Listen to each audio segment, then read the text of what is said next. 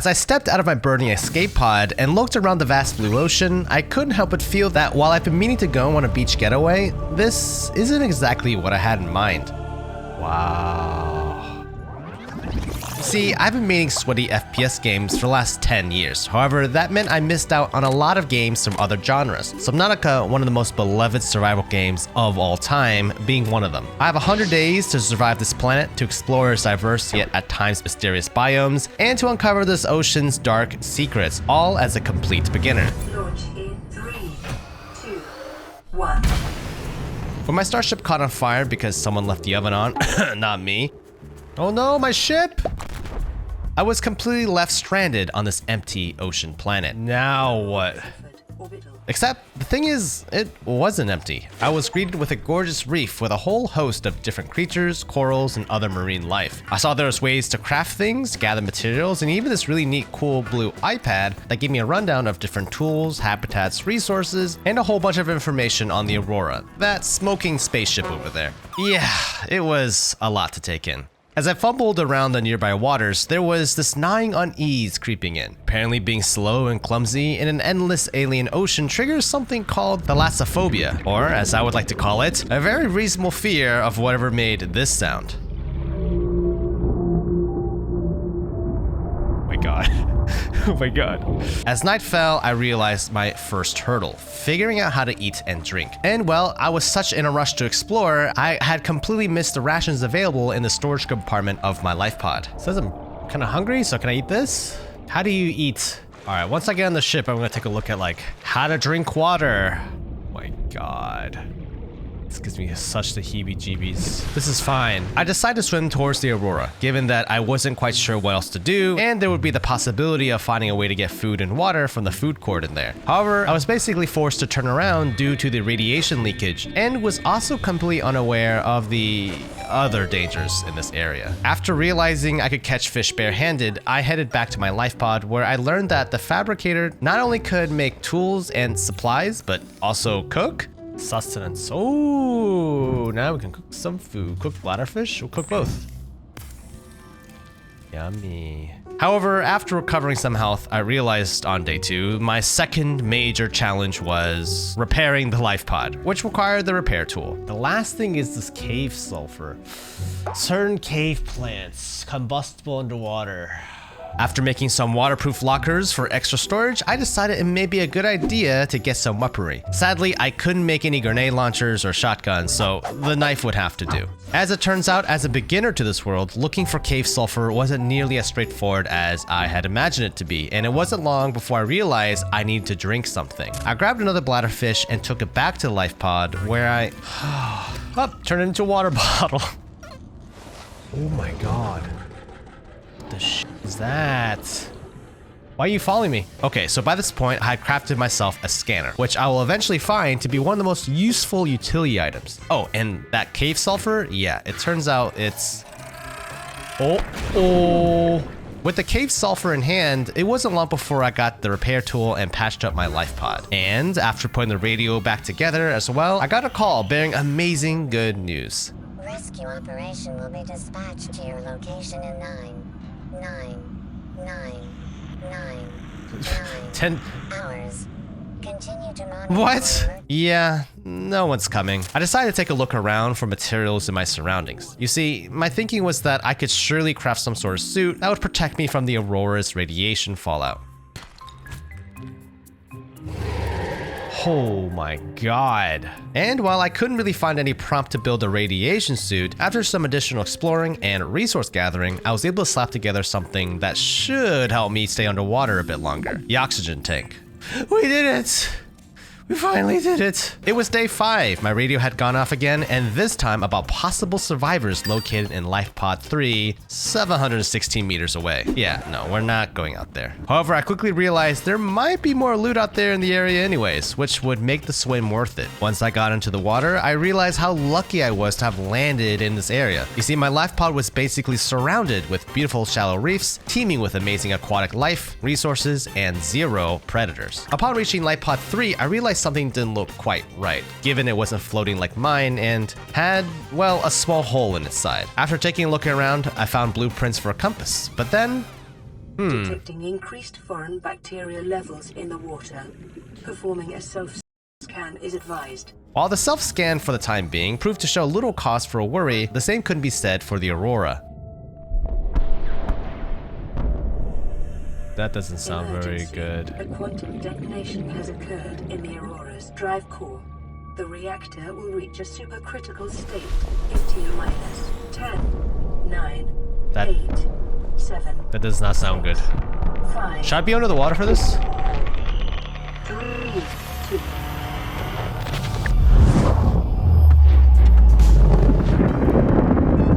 Oh my god. Any hopes of repairing the Aurora was definitely out of the window at this point. But we did get a nice consolation prize of the radiation suit blueprints.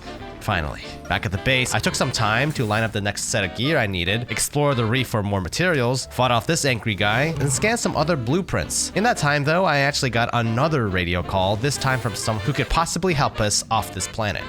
This is Avery Quinn of Trading Ship Sunbeam. Aurora, do you read? Over?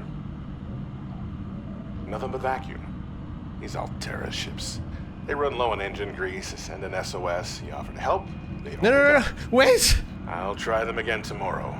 I spent the next day collecting some quartz, and I also managed to track down and corner the Stalker. Sadly though, it looked a little bit off, a hint that something was definitely going on with the otherwise pristine ocean planet. But can I catch it? Can I bring it back?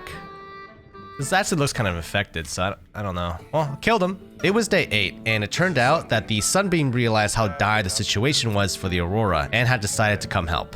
We're scanning for somewhere to park. We'll be in touch when we find it. Sunbeam out. Dude,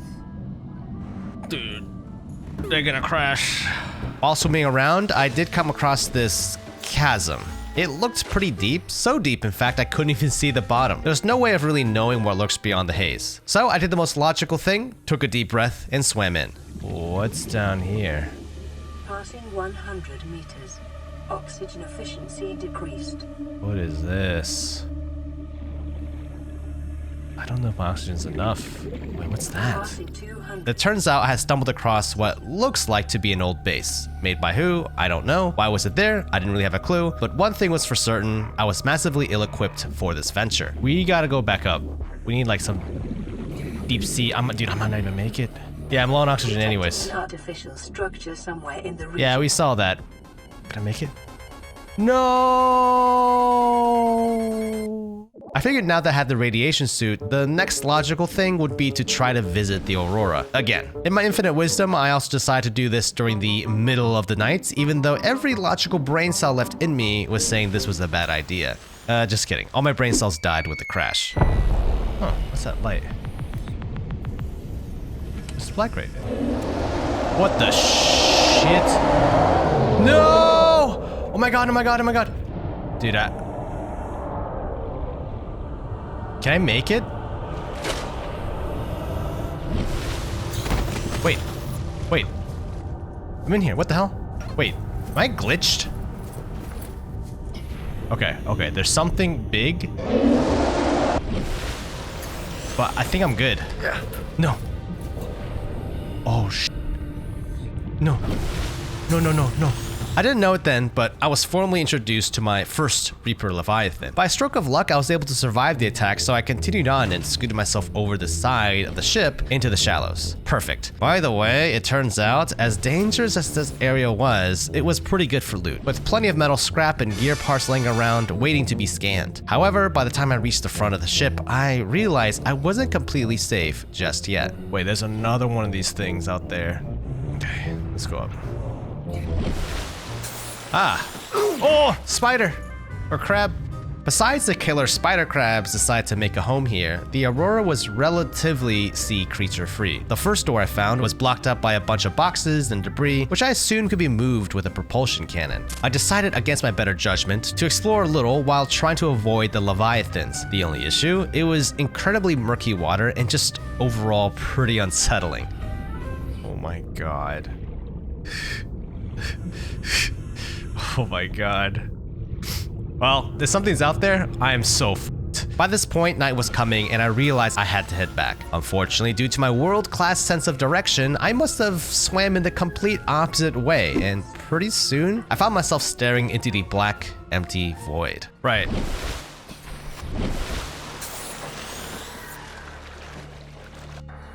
Oh! What the f— It was day 10 and I got another radio message, this time from Ozzy. He was stuck in another life pod being attacked by something. Come get us already! He'll have to wait though. You see, after days of being stranded, it was around at this point I finally realized that all the cargo boxes I saw littered around the map actually had, well, cargo. I found blueprints for things like laser cutters and sea glides, and it wasn't long before I was able to create a sea glide for myself. I also got a transmission from the Sunbeam that confirmed a pickup spot for my rescue. Cross your fingers for the weather holds. Don't leave us waiting. Sunbeam out.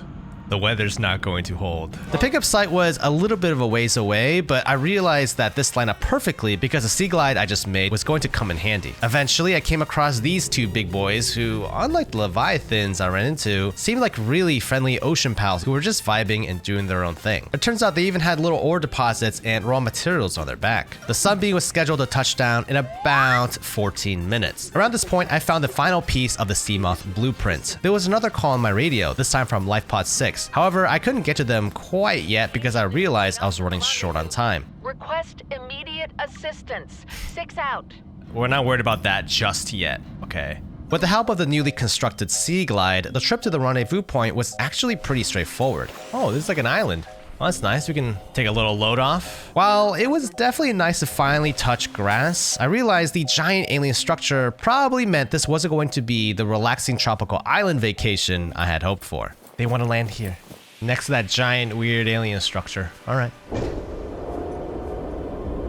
Uh-oh. That's a cannon. Survivor, we see you. Man, I don't know how you held out down there. We broke an atmosphere and we're descending towards the landing site. No! Is that a building down there? What do you mean you can't identify it?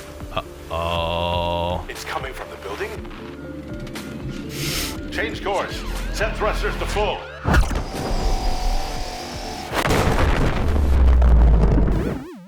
They're probably fine. It was day 13 and I found this cool looking purple tablet fragment on the beach, as well as the entryway into the alien structure I had come across. Sadly, I didn't have a complete purple tablet on me, so the force field kept me out. I did some poking underwater just to see if I can find another way in.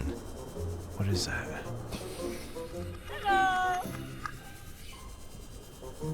I think I'm gonna turn around. We'll look around the island for a little bit more. Perhaps we'll find a tablet. While I missed finding any purple tablets, it turns out this island was just full of diamond, gold, and lithium, all rare materials that I normally had a hard time finding back at the shallows. Excellent. This island's amazing. We're rich men. Rich beyond our wildest dreams.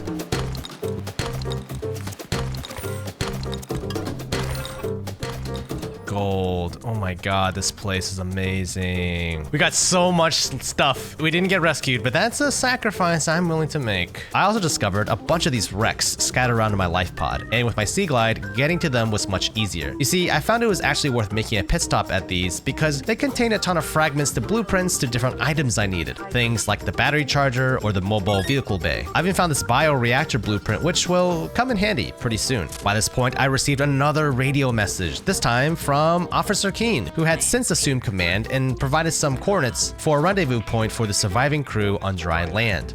We regroup 1.5 kilometers southwest of the crash site. Oh, and since we picked up the mobile vehicle bay from earlier, we were finally able to build our very first vehicle, the Seamoth. We did it!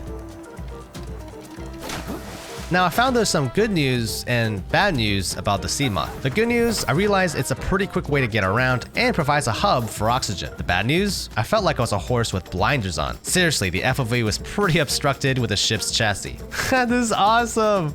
Okay, maybe I can start building a base now. I think that might be the time. How do I build the base? Yep, so as someone who's been living under the proverbial rock, I'd never actually watched anyone else build a base before. I was pretty confused here because I put down the foundation pieces, which I was trying to make into a floor of sorts. And then I was spending a lot of time trying to figure out how to make a wall. How do I build a wall? I came to realize that down here, under the sea, the bases were supposed to be less angular and blocky and more curvy and round-shaped. So I put down an eye tube to start things off, or so I was supposed to. As fate would have it, I was going to need a mountain of titanium and quartz before I could even think about building a decent base. So for now, the life pod would have to keep pulling its weight as my makeshift command center. Besides, my curiosity about what's going on in the Aurora was about to burst out of me at this point. I had all of the necessary tools, I think, to explore the ship now, because to find out what happened, I needed to get access to the black box data. In front of the Aurora, I put out some of the fires blocking the entryway and headed in. Once inside, I found some abandoned PDAs and a pile of debris that I was able to clear using the propulsion cannon. Easy peasy. Turns out though, there was a twist. As fate would have it, at the end of this hallway was a door locked with a code. I tried randomly guessing a code using my social security number to see if it would unlock, even attempting to use the laser cutter to get in, but it would seem that the door would be inaccessible for now. No, it's not letting me use it later. Yeah, I think it's a code. Luckily for me, there was another entrance to the Aurora. A few tugs with the propulsion cannon later, I had carved my own slightly less hazardous entryway into the ship. After clearing out another wall of fire, I had came across another PDA called Lab Access and cut my way through this door using the laser cutter. Here we go. That should be all right. Eventually, I found myself in a hangar of sorts and found enough fragments for this expensive-looking pilotable aqua robot called the Prawn Suit. I repaired a door console to continue moving on through the rest of the ship, and I found that the Aurora seemed like an endless maze. I did manage to find a Seamoth bay though, and after some quality time poking around, came across an upgrade. Seamoth Death Module. Oh, I actually need that. After some exploring, I came across this massive room, which seemed like to be the source of the radiation troubles. I wasn't worried though, because despite the extensive damage, I'm a bit of a handyman myself by this point, so I sealed up the 10 holes around the reactors. Nice. That did something? Oh. Music. Did I finish the game? With the radiation levels decreasing, I decided to actually read through some of the abandoned PDAs I'd picked up during my journey, and I eventually came across a code to get into the lab. I eventually found the lab, punched in the code, and looted up the blueprint for the repulsion cannon. There's also a laser cutterable door, and I found behind it the black box room. Finally, I read through the log, and it turns out the Aurora was attempting to slingshot maneuver around the ocean planet and got shot down by, presumably, the alien cannon, which at this point we can safely assume doesn't particularly like guests. It's also noted that I was the only survivor, which, given the dangers lurking in the deep of this planet, I couldn't tell if I was lucky or unlucky. I finally found my way into the crew's quarters, plenty of rations and water, but otherwise not much to write home about, except for this very cozy looking bed that I of course immediately scanned. There was also the captain's quarters, locked up tight behind a code pad, so breaking in will have to wait for now. It was day 19 and there wasn't much left to explore in the Aurora besides a few fiery corridors, a couple of locked doors, and some burnt rations. So I decided to head back and finally start setting up my base. I got a Steam achievement. Build a habitat. I guess I did it. Can I? Warning, emergency power only. Oxygen production offline. Oh boy. Sadly, as much as I wanted to, my base wasn't going to power itself in its current state. I opted to try to build this dinky little solar panel in the meantime, but I couldn't complete it because I was missing some copper. I set out with my Sea Glide to explore for some basic materials, but I eventually stumbled across this wreck where I found the modification station blueprint. Did that work? Power restored. All primary systems. Oh, hell yeah. After unloading into a storage locker, I would say my immediate problem of inventory space was about fixed. However, I realized during my time adventuring and base building, I had completely forgotten the one critical thing I had to do, responding to the other LifePod SOS calls. Oops. Well, they're probably doing okay. Yeah, they weren't doing okay. Ignoring the giant electric eel swimming around, I explored the pod, finding a repulsion cannon fragment and some logs of what happened to the crew. I'm bleeding. I've got glowing green pustules growing on my hands. I run a self-scan and it tells me I've got skin irritation. I think I'm actually going to die down here. My exploration of the bulb zone was cut short because it turns out my Seamoth had taken some damage. So I decided to hightail it out of there and head back to the base. Naturally, it was night again because why wouldn't it be? And despite the fact that I would consider myself a strong swimmer, I couldn't help but get the heebie-jeebies on the return trip.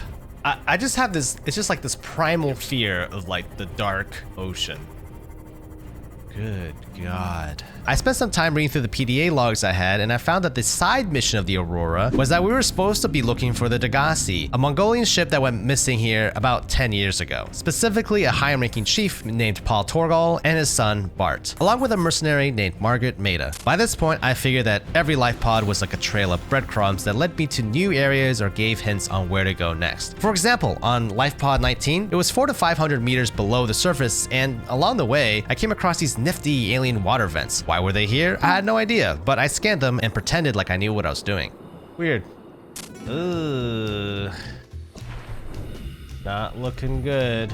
While things didn't look too great for Life Pod 19, there was good news. More loot. I got the ultra high capacity O2 tank, which should help me explore deeper into the ocean, as well as Officer Keen's instructions to meet at a landmass for a rendezvous point with the actual coordinates this time. Thanks, Officer Keen. The surrounding area had more wreckage from the crash, and I found the blueprints for a ton of stuff, like fragments for the moon pool, power cell charger, and the reinforced diving suit, to name a few.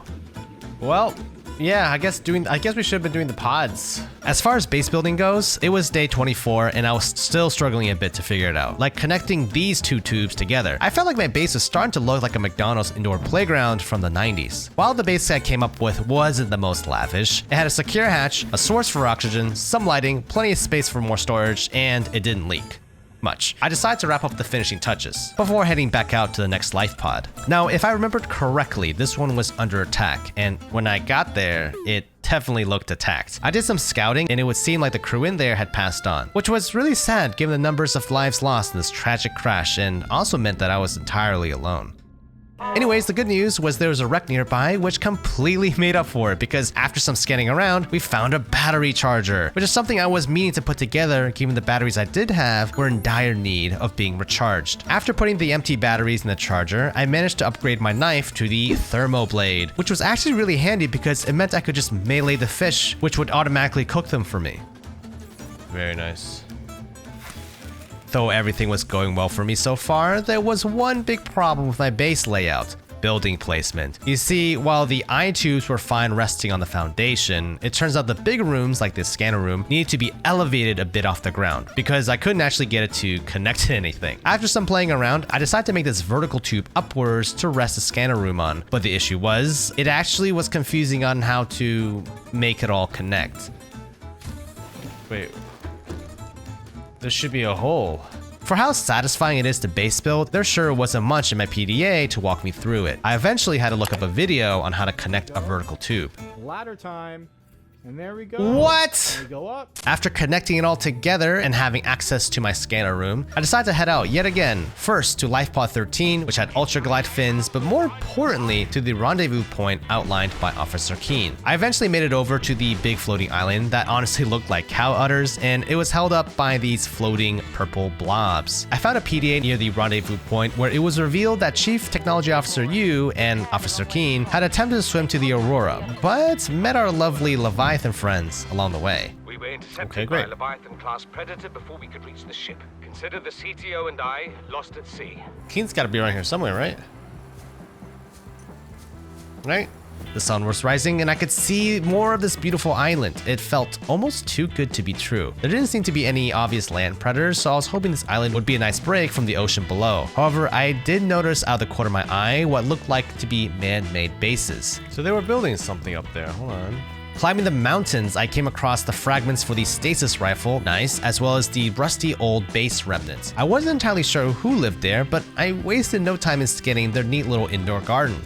Maybe we should be starting our own farm. There were also some leftover PDAs, which were recordings of the missing Degasi crew, Paul, Bart, and Margaret. It seemed like it was from their early days of being stranded here on this planet. Chief's log, 5 weeks since the crash.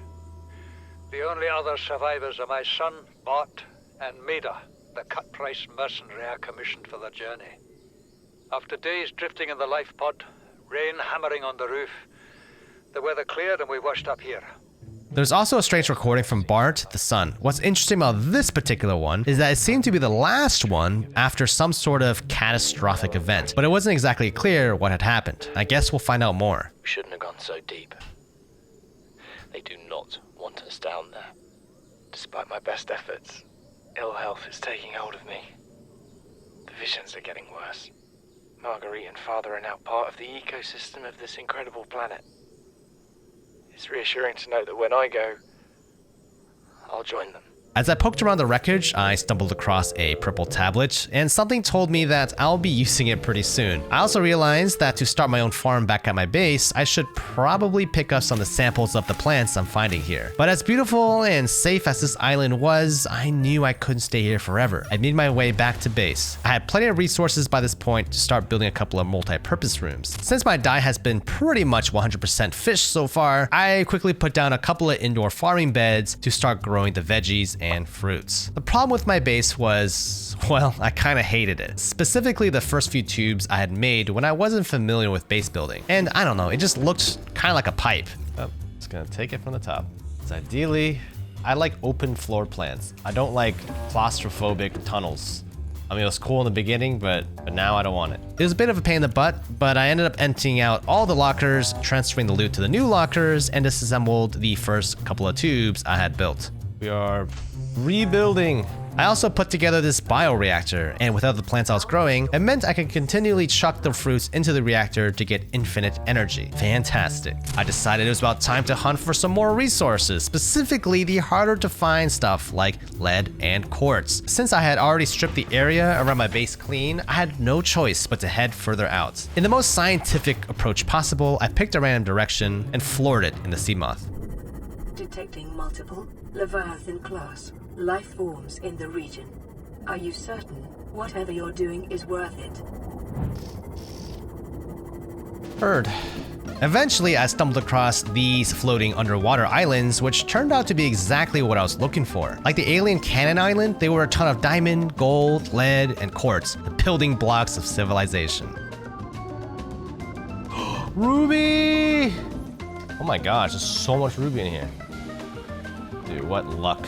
I was also able to build a large room over where the original tubes had been, a significant upgrade. And you may be wondering, Candy, what will you put in there? Honestly, no clue, but hey, I'm a big fan of spacious open floor plans, so in my mind at the time, it was build first, figure it out later. I also built a moon pool, which honestly required a bit of finagling to get positioned right, because as it turns out, you need to have quite a bit of clearance above the seafloor, which isn't great since, well, I built my base in pretty shallow water. I'll spare you guys the details, but just know it took me quite a bit to get right. Okay, good God.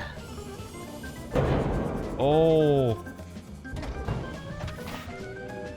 Very nice. After docking the sea moth, I decided to give it a paint job of yellow and black and to rename it the Bumblebee. It was day 36 and the radio calls had stopped coming in for a while now. I realized the remaining life pods I hadn't tracked down yet were the ones that didn't have a specific marker. Instead, I had to guesstimate the locations based on rough clues left in the PDA log. The good news was I did eventually find life pod 6. The bad news? That's not a distress flare. Stop waving it around like that. You'll catch the fuel line. Oh man. Life pod 7 was up next, and for this one, between the open waters and general haziness, I was really starting to question if this trip was even worth it. This is really deep. Oh my God. Aha! Okay. Wait, it looks sealed. Never mind. While exploring Life Pod 7, I realized that... Hello, everybody. Okay, maybe my priorities might have been a bit questionable. Because I got so caught up in base building, it had completely slipped my mind that we never used the purple tablet to open the force field on the alien Cannon Island. So after a quick trip over there in Bumblebee, I was back on its shores. Back on land, baby. I must have been blind the first trip here because this time around I discovered a pretty obvious walkway that led me to another purple tablet. Oh, purple tablet. I missed that. I guess I could have gone inside a lot sooner. I wanted to make sure I didn't miss anything else, so I decided to make a quick exploration detour to fill my pockets with lithium, gold, and diamonds before I stumbled across another purple tablet. Wait, another purple iPad. Force field control terminal. Great. Let's start one of these.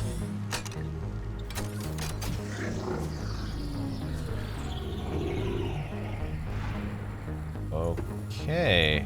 Scans indicate this structure is composed of a metal alloy with unprecedented integrity. Exploring the alien base felt surreal. The green lights, the engravings, and architecture all felt very foreign, as if I didn't exactly belong there. Well, I guess considering I just broke through the entryway without invite, I technically didn't belong there. I did eventually come across a mysterious green cube called the Ion Cube. I wasn't exactly sure what it was, but I did what I felt like was the right thing to do at the time, and to put it in my backpack for safekeeping, of course. There's a couple of Ion Cubes in here. And another. I'm sure the aliens wouldn't notice an Ion Cube or two missing, right? Your best probability of interfacing with this facility is achieved by accessing the Oh control my room god, in the lower whoa. section.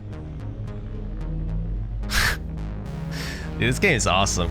How have I not played this in like the 6-7 years it's been out? Holy cow. This looks like the moon pool I have in my base, just 20 times bigger. I was soon blocked off by another force field. Luckily I had more purple tablets to spend, so getting to the control room wasn't an issue. Do I put in a cube? Uh-oh, it's got my hand. Hey!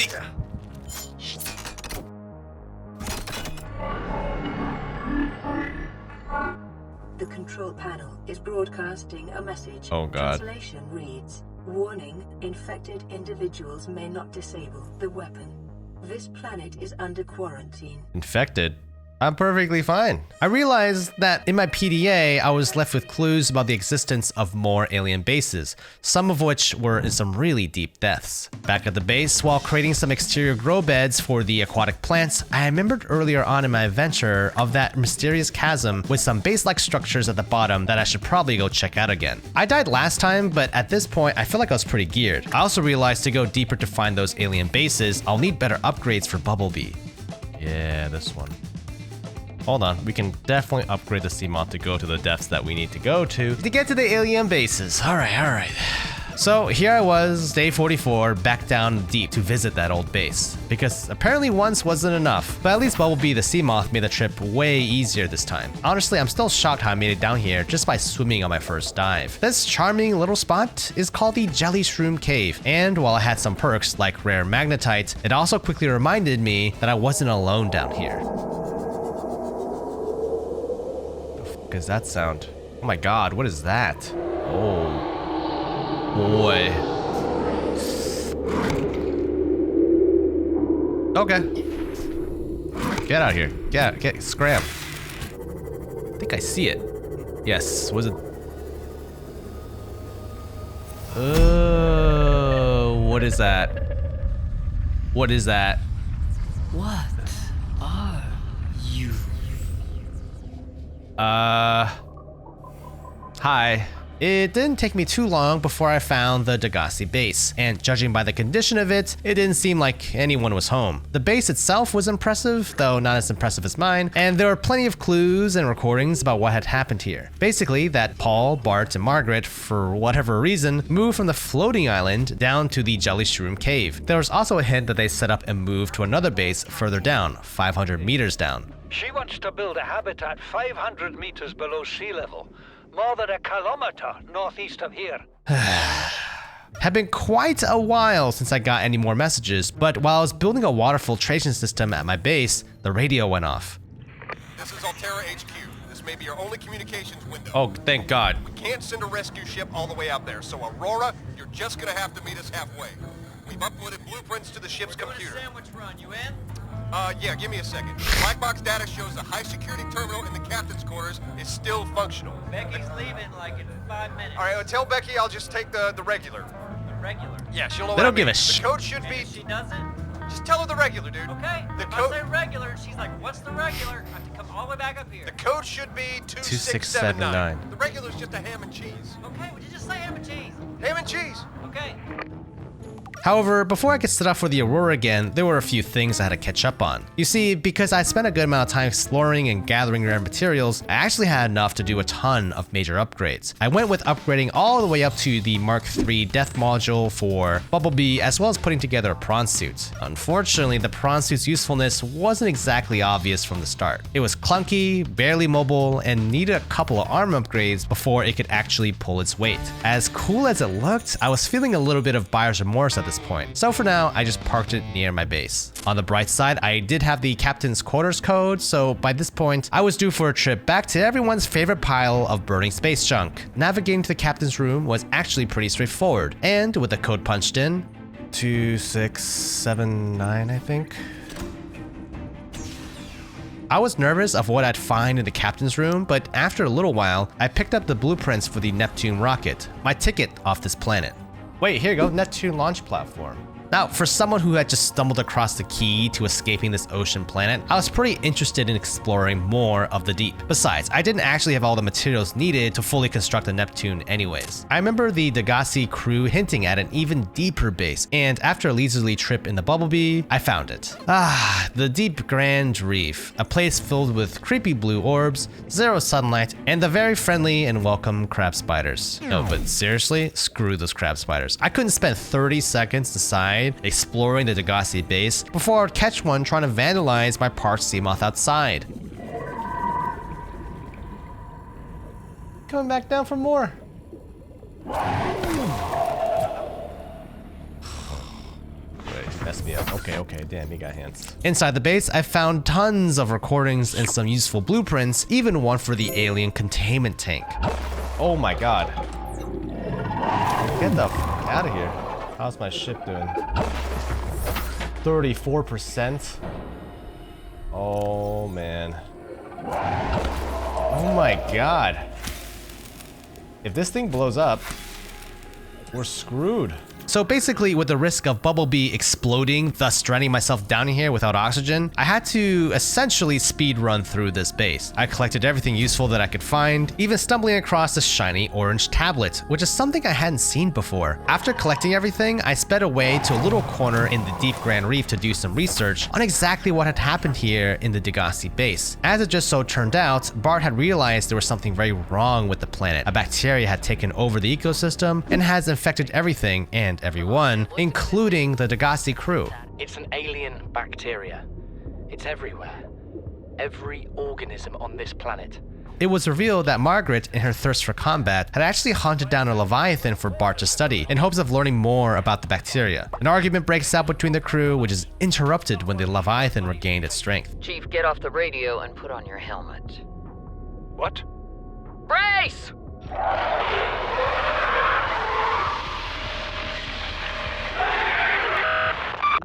Oh boy.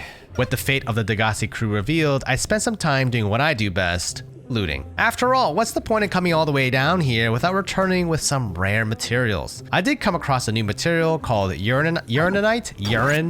Wow, that sounds really weird. It's radioactive, which I would assume is great fuel for the nuclear reactor later down the road. However, I realized that the rare materials weren't the only things down here. You see, as I ventured further into the cave system, I came across another cave system. This one, instead of the blue hue of the Grand Reef, had an ominous green haze about it, a river of corrosive brine. They call it the Lost River, which in some ways is pretty on point, because to end up down here, I definitely felt like I took the wrong turn somewhere. Good God, this place is a maze. But there's lots of goodies. Look at this. Piece of candy. Alien structures. We found it, boys. Some kind of skeleton? It was abundantly clear that the aliens had definitely been down here already. There was this massive Leviathan skeleton, and it almost looked like the aliens had been studying it. Either way, I found another alien outpost locked behind a force field, and that orange tablet found earlier came in handy. Oh, right. Another museum. Alien bone specimen.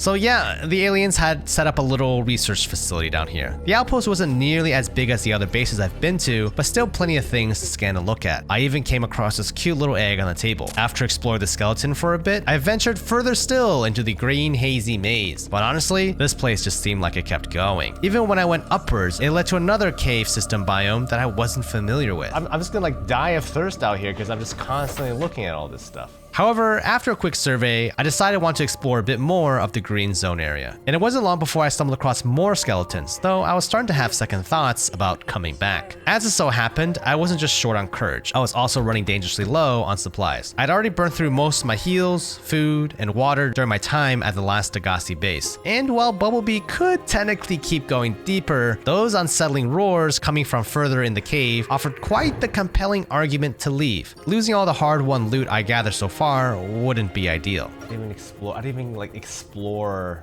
all this. We just gotta go. Oh, what the? What the? Oh my god.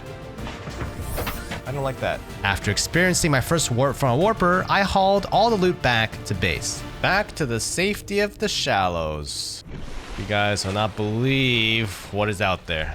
I actually received another LifePod radio message, which honestly took me by surprise because, well, I thought by this point there wasn't really anyone left to send the messages. This is LifePod 2, coordinates attached. We're way past our safe depth and bleeding O2. This one took me all the way out to Chief Technical Officer Yu's LifePod, who we knew died with Keen from the PDA back on that veggie island. On another note, I also figured out how to use the defense system on Bumblebee. Well, I'm gonna give you a taste of this. Hello. I explored and collected some of the loot scattered around the life pod, and hilariously, looking back at it now, I'm pretty sure I made it to the other side of the biome I came across while being down there in the Lost River. Named after the blood oil you can harvest here, this was the Blood Kelp Zone. Grabbing a bunch of quartz. It's actually not half bad of a place to set up a base, honestly. We'll have to come back! Whoa, what the hell is this? I'm just gonna leave that alone. You may be wondering how my base is doing at this point. And truthfully, as a novice base builder, I'm actually pretty proud of it. It's not the biggest, most elaborate base, but I actually was pretty satisfied with my setup. I even put together a bed in here in this corner because, well, I realized I never actually slept since landing down here. While at the base, I also got this prank call from some pesky teenagers on my radio. Patrol. New targets unaccounted for. 1. It was then I decided to craft the stasis rifle as well as the repulsion cannon just in case if I got any uninvited guests. I also put that creature egg I found in the lab in my upstairs containment tank. I wasn't sure what would come out, but I'm sure it'd be fine. If you were curious, I did do some light furnishing with a small table and chair as well as a countertop with a coffee maker. I went ahead to sleep for the first time in days. It hit me the next day that I had totally forgotten about setting up the Neptune. There's just been so much to do and so much to explore that I've almost become quite content with just living down here on this ocean planet. But I didn't want to keep my corporate overlords at Altera waiting. Ho ho ho, yeah.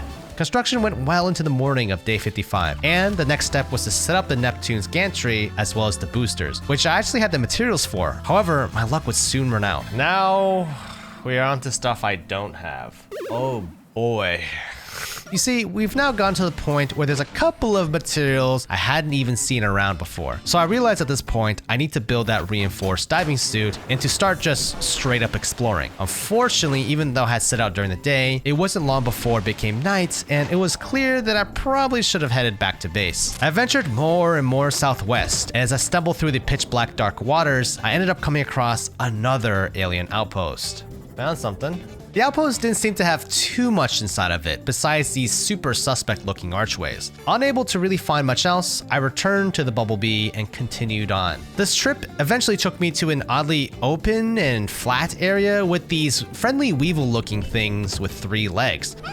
I quickly figured out that they were pretty harmless. However, perhaps more interesting is that they constantly kicked up rare minerals like diamond and gold. After making a quick mental note of coming back to set up a base to observe this area later, I headed back to Bumblebee. But unfortunately, it is not what we're looking for.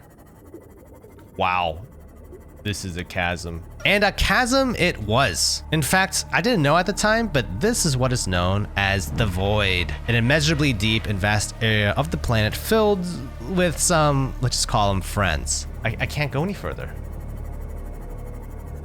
Warning, maximum depth reached. Hull damage imminent. I think I'm somewhere where I'm not supposed to be.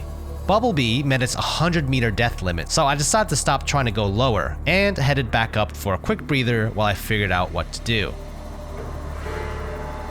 What the shit?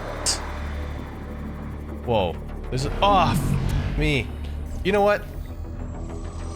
After putting the stasis rifle to good use, I did what I could against the warper, which I didn't know could suck me out of my ship. I did some more looking around for the kyanite and crystalline sulfur, however, they were doing a really good job of hiding from me.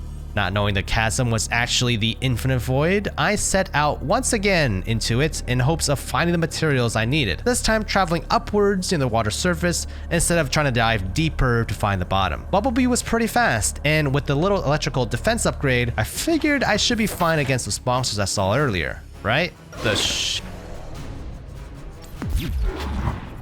Oh my god. We gotta turn around.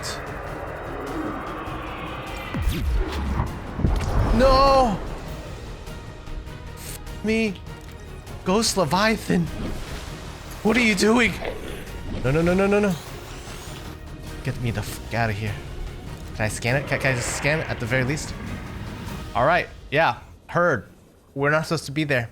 It turned out that the Ghost Leviathan figured Bumblebee was enough of a snack for now. Looking back, I realized how lucky I was to survive because, as it would turn out, there was not one, not two, but three of those big boys lurking in the void. During my long trip back to the base, I was not only mourning the loss of Bumblebee, who had been my trusty partner all this time, but to add insult to injury, all of the loot I had gathered is basically now at the bottom of the ocean. Does this mean I gotta remake everything too? The next morning, I realized I actually did have a lot of the materials needed in order to make another Seamoth. However, the problem was the upgrades, which did take some time to reconstruct given the materials needed. So, lesson learned. Biggest problem is the upgrades, which I do not have.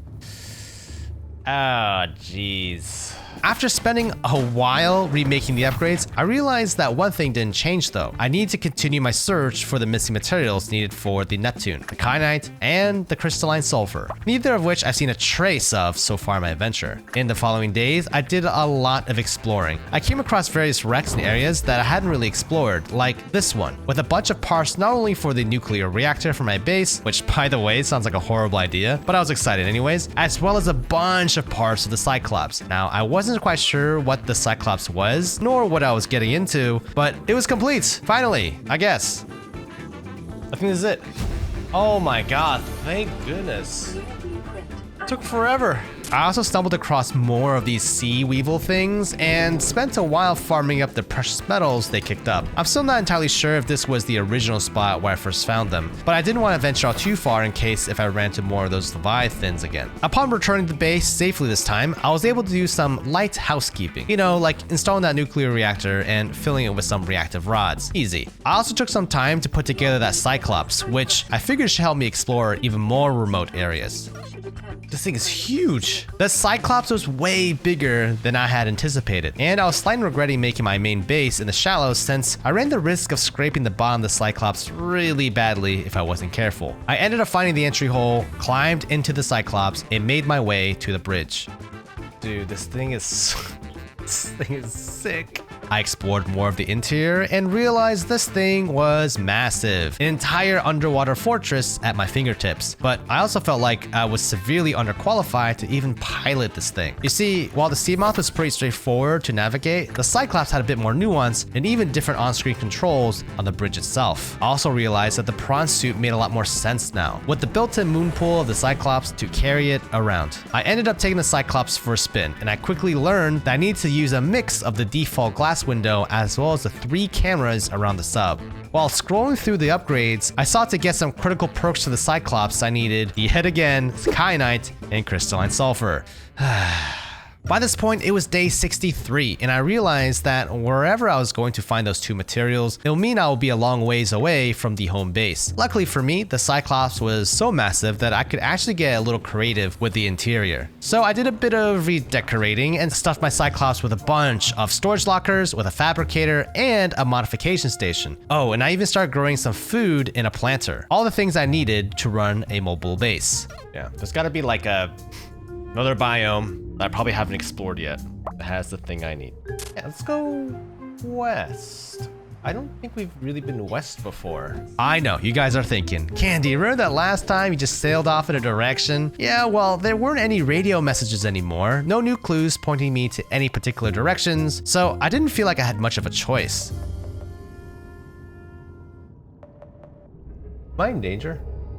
Yep, I was in danger. Luckily for me, it turns out that the Leviathan's sight basically relies on movement. The less noise and movement I made with my Cyclops, the more likely they would just leave me alone. Okay. That's Leviathan. With the loss of the Bumblebee still fresh in my mind, I really didn't want to lose my Cyclops. The Leviathan was still swimming around, so I carefully switched my Cyclops to silent running mode. And luckily, that just about did the trick. And as close as the Leviathan got, I was able to reverse out of there. If my lack of breathing and horrible posture wasn't a dead giveaway, I was completely engrossed in escaping with the Cyclops intact. We're gonna avoid that. I headed more north by this point, and I spent quite a bit more time just combing through this biome. Looking back, I believe this was the dunes. I came across a few interesting things, like this wreck that had a grappling arm for my prawn suit. Grappling arm! Oh, I've been looking for this. I stumbled across an area packed with mineral deposits, a perfect spot to finally take the prawn suit out for a proper test drive. I spent some time down there, cracking open resources, mulling over my next steps. There are still plenty of uncharted areas on the map, but with the Cyclops fully stocked, I could pretty much roam indefinitely, so I decided it was time to hug the ridgeline and head north, hoping it would lead me somewhere new, preferably somewhere without Leviathans.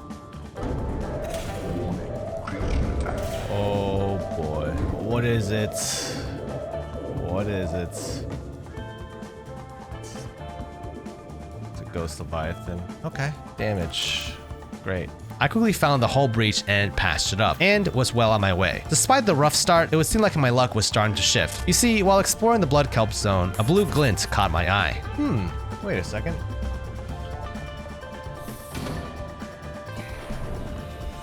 What's this?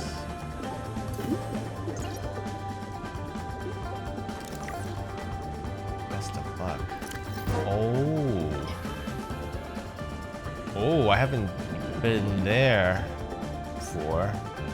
Thank you.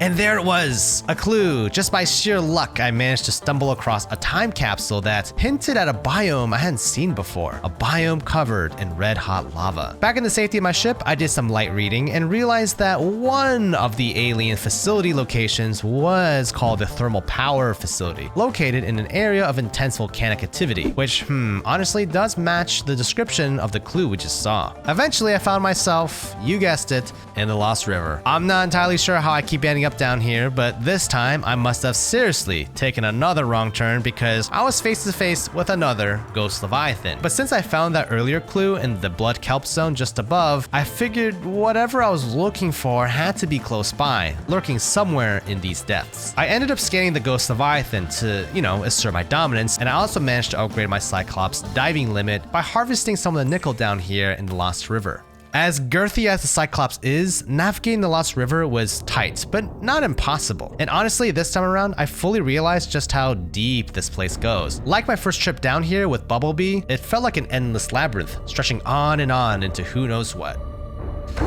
Dude, this cave just goes on forever. I don't think I was this deep before. Just keeps going. Eventually, I found myself next to another Leviathan skeleton, which looked a little bit different than the others because, well, it had arms. Sea dragon skeleton?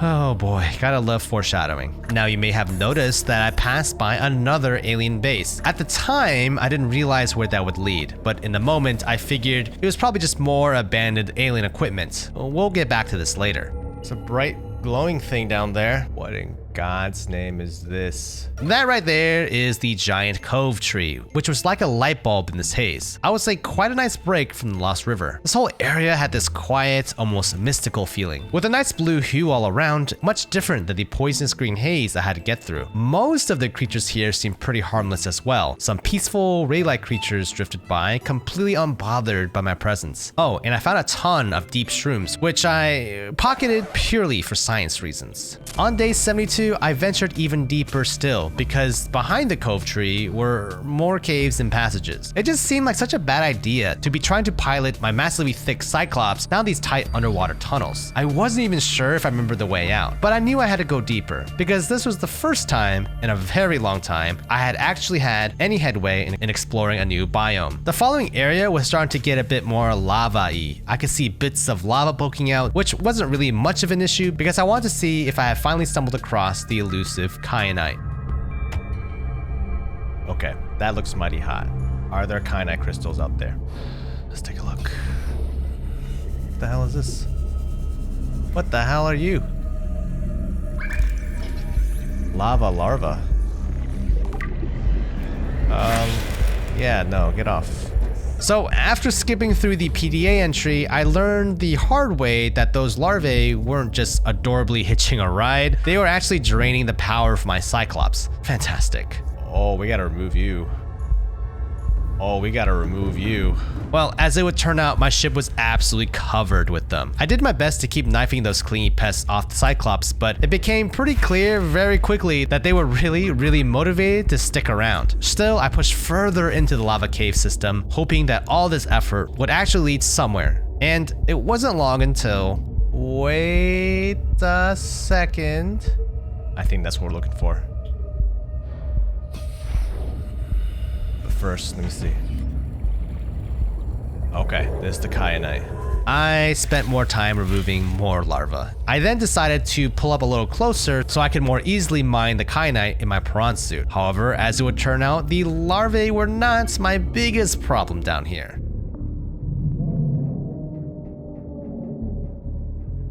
There's something out here. Engine powering down. What is that? Okay, that's a big guy.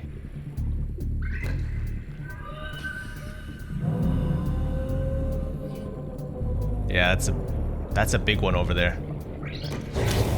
So my first issue with kyanite presented itself. From what I could see, I only saw the big chunks, which meant I had to bring out the prawn suit. However, it was just my luck because my prawn suit wasn't rated to withstand these depths. And to make things even better, there was a massive octopus butt lizard swimming above me. I knew I had to harvest this kyanite as quickly and as quietly as possible.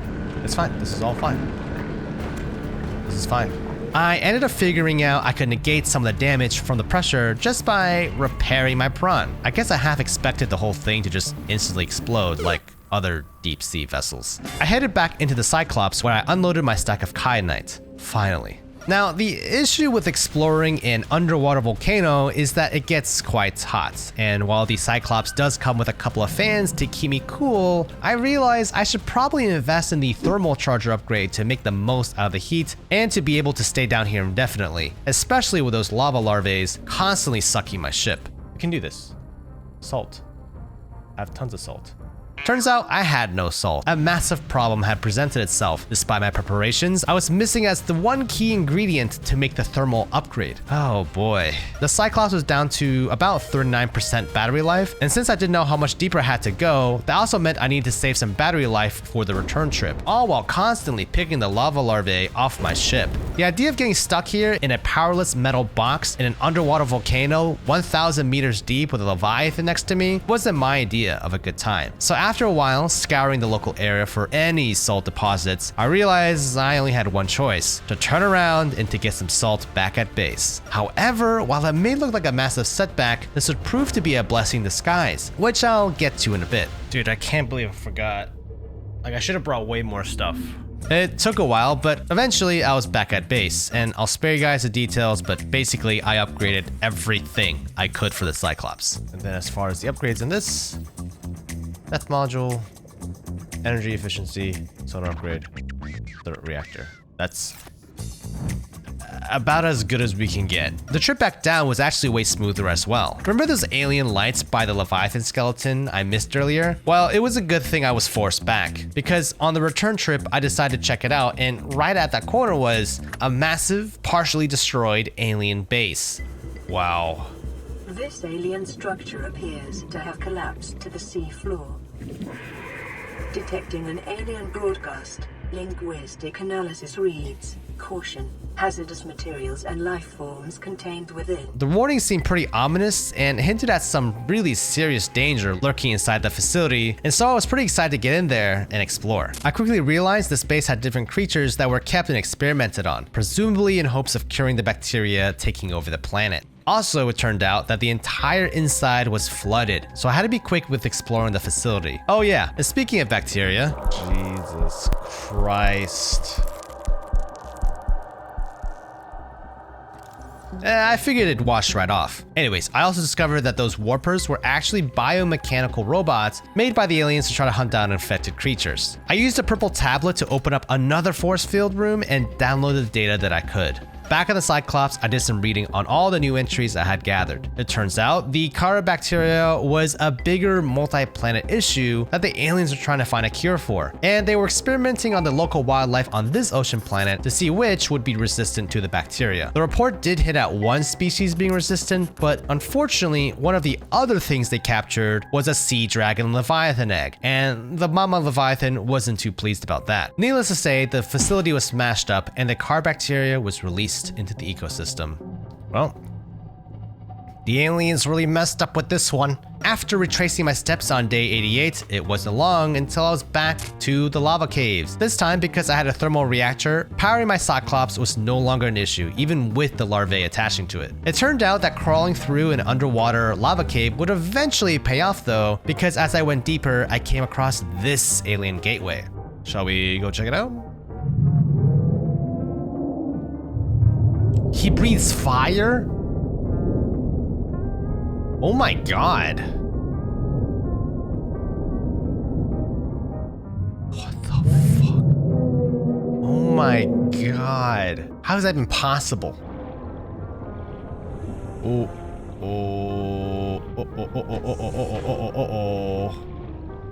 Hey there, buddy. Why was he beelining towards me? Jesus Christ. Yep, so the octopus butt lizard, we'll call him Barney, really had it out for me. Luckily, the sea glide allowed me to quickly duck into the entryway. Inside the lava mountain, well, honestly, okay, calling it a lava mountain sounds silly because it really felt more like a straight up volcano. The heat wasn't too much of an issue since I had my reinforced diving suit on. However, as I deep further and further into the layer, I realized there's a lot more to this place than I had initially thought. You see, it wasn't long until I stumbled across another alien facility. Is this place still operational? Oh, hello. Alien robot, are you friendly? No, okay. Inside this alien base, it was actually pretty similar in appearance to the other ones I'd run across. Now, this one had a big stack of ion cubes. Why was it here? No idea, but I figured it was my duty to mine every bit of it, leaving nothing for anyone else. Also, after installing the purple tablet in this console, I got a blue tablet. I've never seen a blue one before, so I wasn't exactly sure what it was for, but I put it in my pocket all the same. Oh my god. To me. Ah, god, that's creepy. Eventually, I came across this archway, but unlike the previous archways I've come across, I was able to activate it with an ion cube, which opened up a pretty suspect looking green portal. Is this the big island? This is the big island. Yep, that big island. Exploring the base a bit more, I came across another room behind a force field. This one had a lot of neat data about the ion cubes and unlocked the ion cube versions of my batteries and power cell. Neat, but more interestingly, the data hub had more clues about yet another alien base. And of course, you guessed it, it's further down. Primary alien facility location updated. Volcanic area connected to this cave system. A depth 1.4 kilometers. Okay, so it's close. It's a little lower. I wanted to poke around the outside of the cave a bit, partly to search for the crystalline sulfur, and partly because, honestly, I just had no idea what else I might stumble across. I was definitely not looking for more shrooms. Of course, mid-search, I was interrupted by yet another message.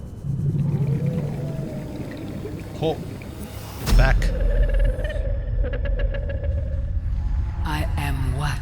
you seek want to help you. Oh, great.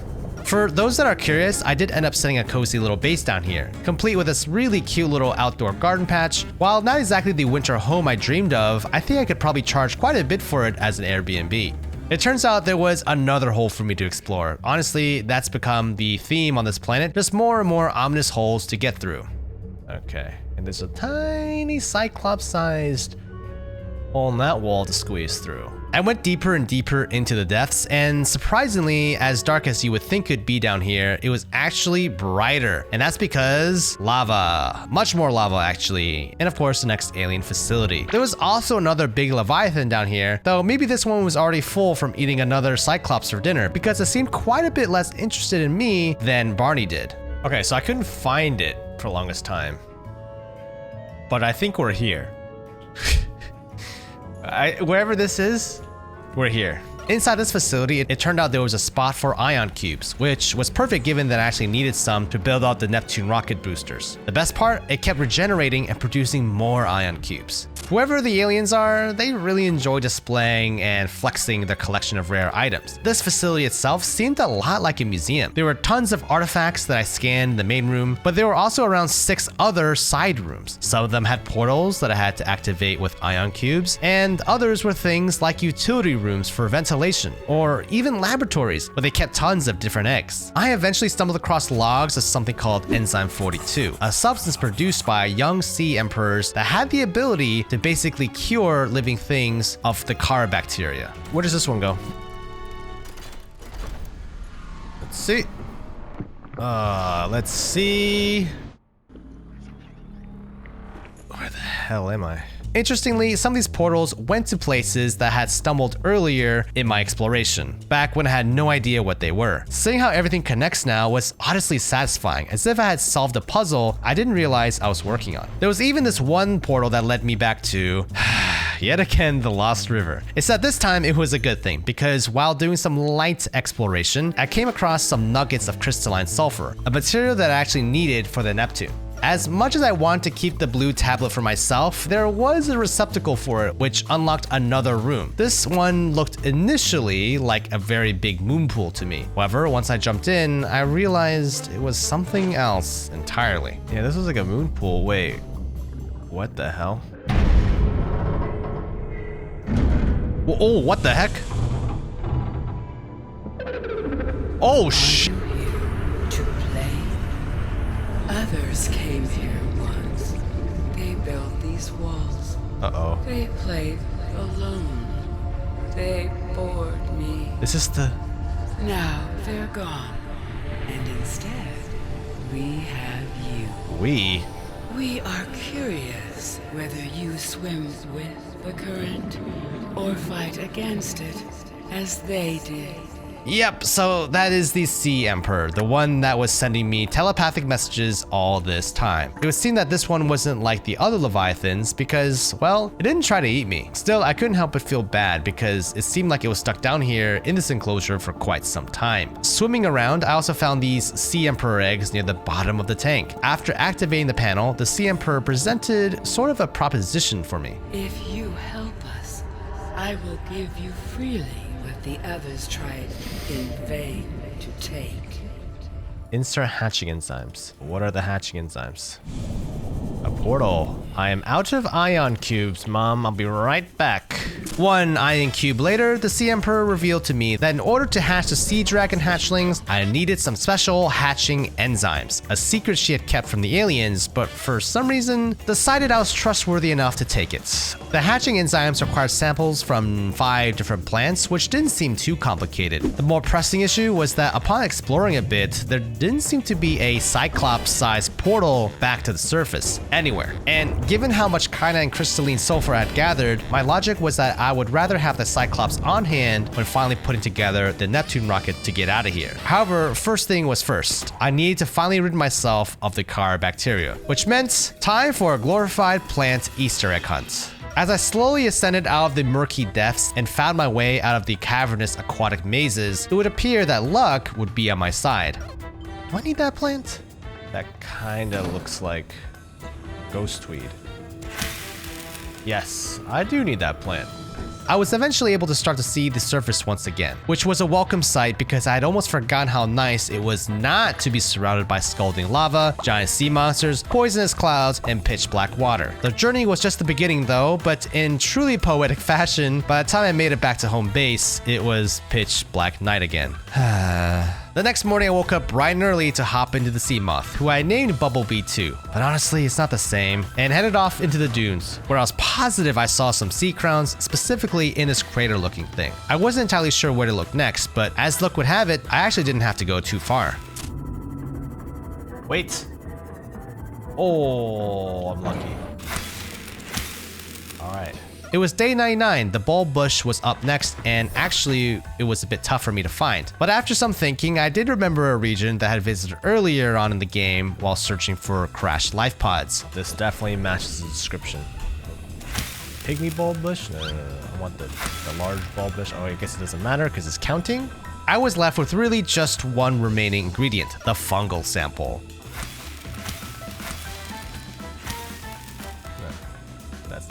As it would turn out, it was actually harvestable from the big tree mushrooms in the mushroom forest, which I found a little counterintuitive since it said they were labeled as tree mushrooms, so I would have thought it'd be tree mushroom samples, not fungal samples. Well, either way, with the last ingredient done, I got the 5 infinity plants to make the hatching enzyme.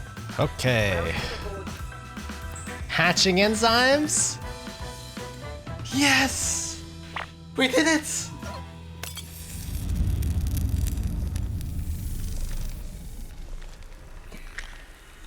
Oh, wow. They're so cute.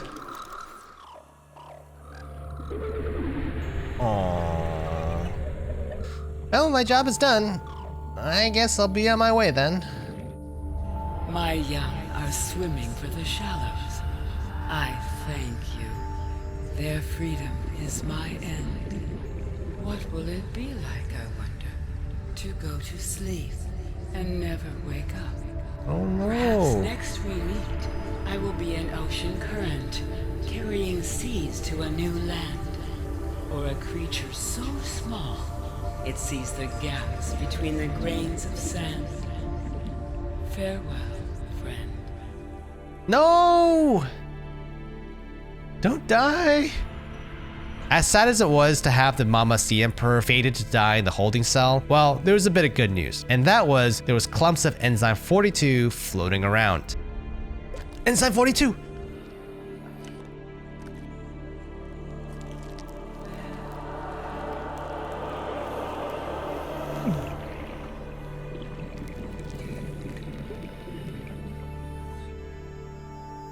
It looks the same. It looks the same. I think it's because I have gloves on. The portal of the enclosure led me back to the Cannon Island, and while I hadn't given the babies names just yet, I could see they were hard at work squeezing out Enzyme 42 to hopefully cure the rest of the planet of the Car bacteria. I returned to base and to my Cyclops to finish the remaining parts of the Neptune using the hard-to-find kyanite and crystalline sulfur. I pulled an all-nighter and worked into the next morning of day 102, assembling the last remaining few pieces of the rocket.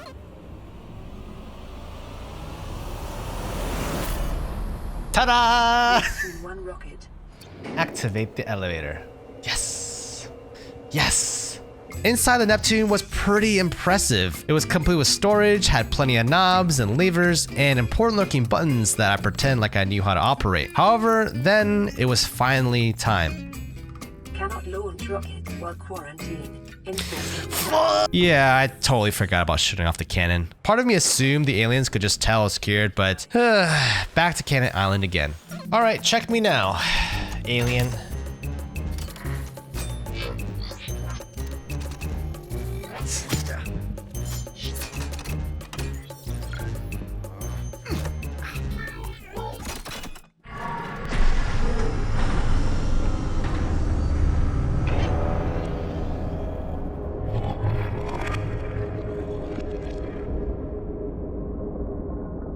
Why is it so creepy?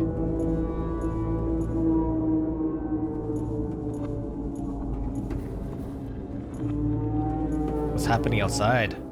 with the cannon disarmed, and despite the power being seemingly shut off, the elevator still worked and I was able to make my way back to base pretty quickly after that. I had kept the egg I found at one of the alien outposts in the containment tank, and by now it hatched into a cuttlefish. After releasing it and the resident sand shark I was keeping into the waters nearby my base. Have a good life. Have a good life, guys. I made my way back over to the Neptune platform. Let's try this again.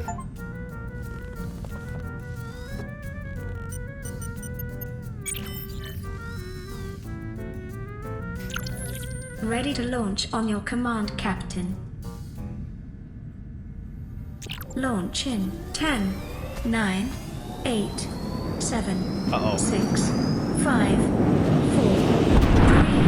4, 3, 2, 1. As my rocket flew higher and higher into the blue sky, I didn't get a chance to turn around and say goodbye to the beautiful ocean planet that I was leaving behind. Call it Stockholm Syndrome if you want, but the planet, while it tried to kill me on multiple occasions, grew on me. I hope to one day return here, but we'll see when that exactly is.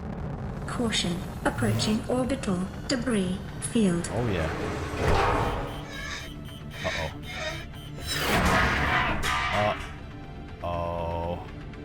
Orbital debris field clear.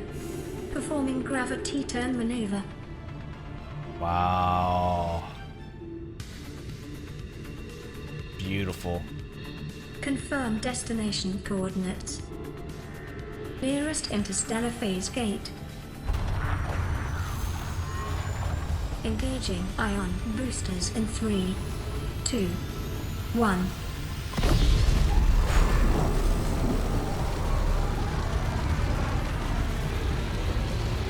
Damn, dude.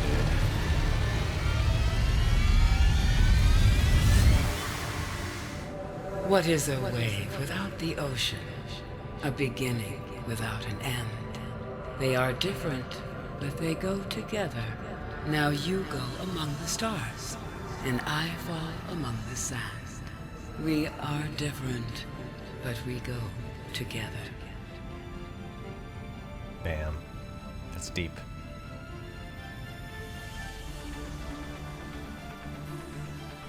Wow.